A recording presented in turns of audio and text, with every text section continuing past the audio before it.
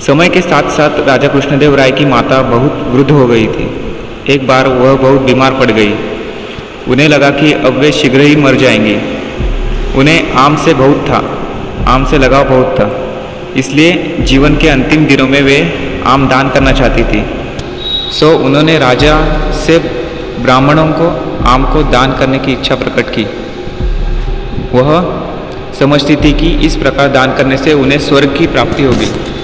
सो कुछ दिनों बाद राजा की माता अपनी अंतिम इच्छा की पूर्ति किए बिना ही मृत्यु को प्राप्त हो गई। उनकी मृत्यु के बाद राजा ने सभी विद्वान ब्राह्मणों को बुलाया और अपनी माँ की अंतिम इच्छा के बारे में बताया, जो अपूर्ण रह गई थी। कुछ देर तक चुप रहने के पश्चात ब्राह्मण बोले, यह तो बहुत ही बुरा हुआ महाराज। अंतिम इच्छा के पूरा न होने की दशा में तो उन्हें मुक्ति ही नहीं मिल सकती, वे प्रेत योनि में भटकती रहेंगी। महाराज, आपको उनकी आत्मा की शांति का उपाय करना चाहिए। तब महाराज ने उनसे अपनी माता की अंतिम इच्छा की पूर्ति का उपाय पूछा।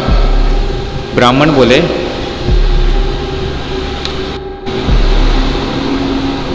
उनकी माता की शांति के लिए आपको उनकी पुण्यतिथि पर सोने के आमों का दान करना पड़ेगा।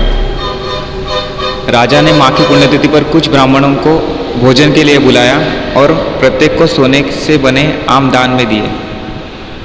जब तेनालीराम को यह बात पता चली तो वह तुरंत समझ गया कि ब्राह्मण लोग राजा की सरलता तथा भोलेपन का फायदा उठा रहे।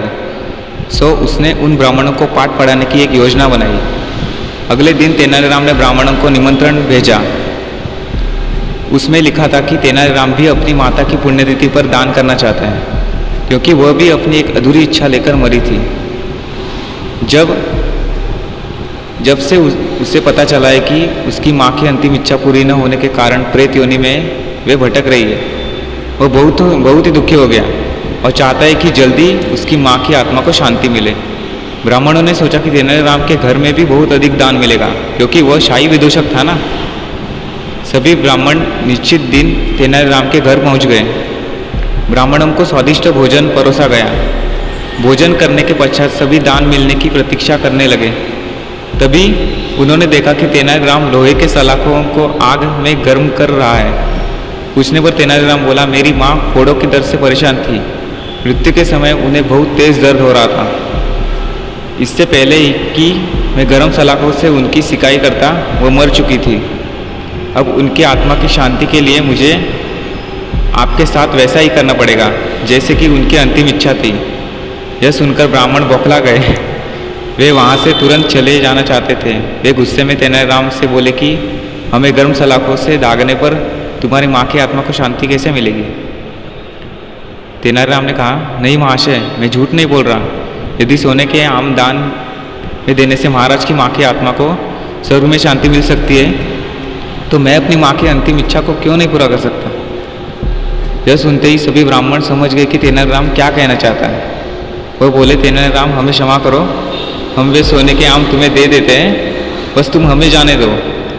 तेनालीराम के सोने के आम लेकर ब्राह्मणों को जाने दिया, परंतु एक लालची ब्राह्मण ने सारी बात राजा को जाकर बता दी। यह सुनकर राजा क्रोधित हो गए। उन्होंने तेनालीराम को बुलाया। वे बोले, तेनालीराम, यदि तुम्हें सोने के आम चाहिए थे तो मुझसे मांग लेते। तुम इतने लालची कैसे हो गए कि तुमने ब्राह्मणों के सोने के आम ले लिए। महाराज, मैं लालची नहीं हूँ, अपितु मैं तो उनकी लालच की प्रवृत्ति को रोक रहा था। यदि वे आपकी माँ की पुण्यतिथि पर सोने के आम ग्रहण कर सकते हैं, तो मेरी माँ की पुण्यतिथि पर लोहे की गर्म सलाखें क्यों नहीं झेल सकते। राजा तेनालीराम की बातों का अर्थ समझ गए। उन्होंने ब्राह्मणों को बुलाया और उन्हें भविष्य में लालच त्यागने को कहा। धन्यवाद।